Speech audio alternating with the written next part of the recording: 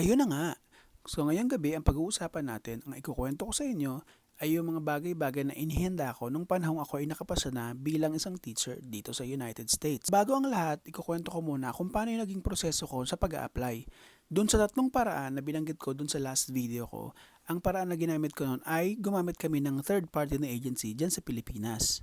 Ang pangalan nga pala ng agency ko dyan sa Pilipinas ay ABD. Hindi ko alam kung nag-accept pa rin sila kasi meron akong nabalitaan noon na they stopped na hiring teachers going to the United States. Pero meron silang kapartner na isa pang agency na nagfo-focus lang sa pagpapadala ng mga teachers dito sa United States. Ang pangalan yata noon ay Success International something something. Basta ganun, Success International. Yung agency na yon, searchable yon sa Google. So search nyo lang Success International placement something something, parang ganun. So ano yun, searchable. So search na lang kung ano. Tapos makipag-communicate kayo, nagre-reply sila agad, promise. So going back, nung panahon na ako yung na-hire na under J1 visa, ito yung mga bagay-bagay na inihanda ko dahil alam kong magsisimula na ako ng proseso. Unang-una, siyempre, ang kailangan mong ihanda ay ang kalooban mo. Bakit? Siyempre, panibagong lugar yung pupuntahan mo, so kailangan mong ihanda yung kalooban. Pangalawang bagay na kailangan mong ihanda, ang bulsa. So, nung panahon ko, dahil gumamit ako ng third party na agency, kasi syempre, alam ko, nagagastos ako ng medyo malaki. At hindi biro yung ginastos ko. Promise, medyo malaki talaga. Sa totoo lang, hindi pa man nagsisimula yung actual na process ng aming hiring. Meron na kaming mga ginastos sa documents katulad ng FCE. Ang FCE, yung tinatawag na Foreign Credential Evaluation. Doon ginagamit, or yung Foreign Credential Evaluation ay ginagamit ng school na nag-hire sa'yo para malaman kung yung education mo sa Pilipinas ay pwedeng ma-equivalent dito sa education ng US. So luckily para sa atin sa Pilipinas, yung education natin sa Pilipinas ay recognized naman dito. So kailangan mo lang gumastos para mapa-evaluate yung credentials mo. So, dun pa lang sa credential evaluation, gagastos ka na ng more or less mga 12 to 15,000 or more. Kasi may mga cases na mas malaki pa doon. Pero nung panahon ko, gumastos ako ng mga 12,000. Pinadala ko yung documents ko sa United States dito. Tapos, after a while, after 10 days, ibinalik sa Pilipinas. Ibinalik sa Pilipinas yung aking mga documents na evaluated na nung evaluating agency na ginamit ko. In my case, ang ginamit ko noon ay ECE. Ang tawag ng ECE ay Educational Credential Evaluation. Yun ang ibig sabihin ng ECE. So in the future, kapag meron kayong plano talaga or na-hire na kayo papunta dito sa United States, pwede nyong gawing option yun. Hindi siya mahigpit, promise. By the way, kung mag-a-apply ka under J1 visa, make sure na currently teaching ka kasi the sponsors do not accept teachers that are not currently teaching. Kailangan meron kang at least 2 years ng experience sa teaching. At the same time, dapat sa kasalukuyan na nag-a-apply ka, dapat hired ka, dapat nagtuturo ka. Meron akong kabatch noon na aalala ko, ano na siya, okay na lahat ng documents niya, lilipad na lang. Tapos,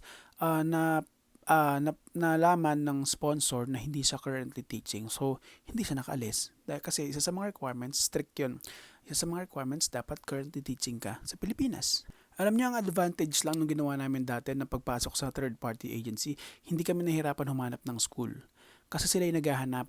Meron kasi silang kapartner dito sa United States na tagahanap ng mga schools dito na directly nakakapag-contact doon sa schools na may opening. So, syempre, isang advantage yung ginawa na namin na yon kasi nga, mahirap makapag-communicate sa mga schools kasi yung oras, ang problema sa oras, magkaiba kasi tayo ng oras, 13, 14, 15 hours ang advance ng Pilipinas pagdating sa oras. So, mas maganda kung magbabayad na lang kayo. Kaya lang syempre, kailangan mong ihanda yung kalooban mo na magbabayad ka ng malaki.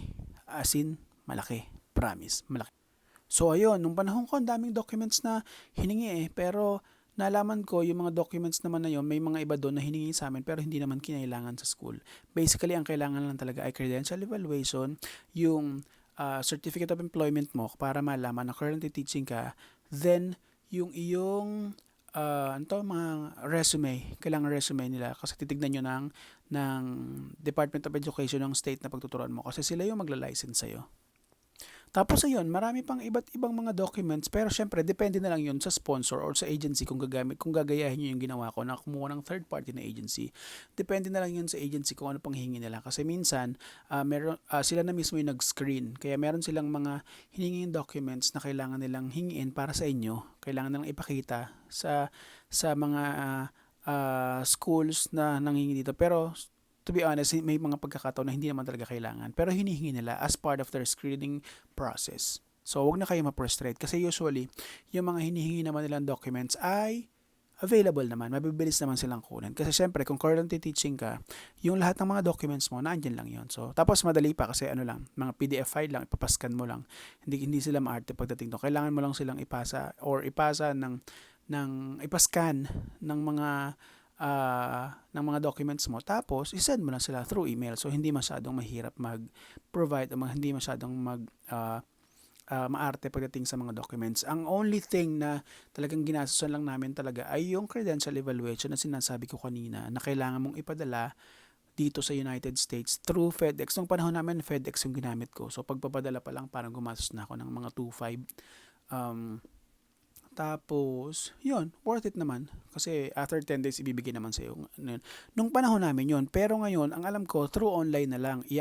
Tumatanggap na sila ng scanned copy.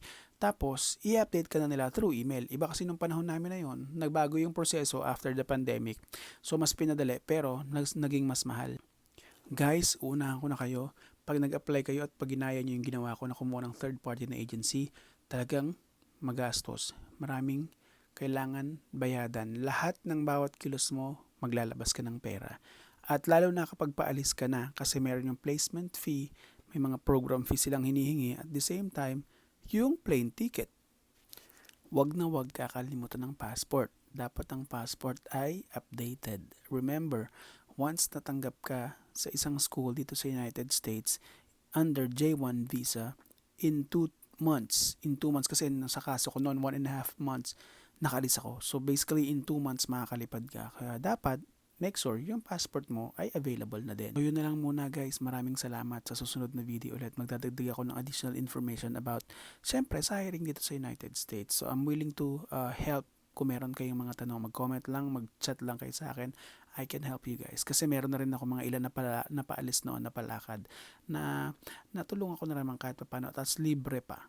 So, para hindi kayo masyadong gumas. Kasi syempre, nung panahon na yun, kaya kung bakit ako may gumamit ng third party na agency kasi wala kaming alam. So, dahil nadaanan ko na yung proseso, alam ko na yung sistema. So, tutulungan ko kayo. Walang problema dyan. So, bye! See you sa next video.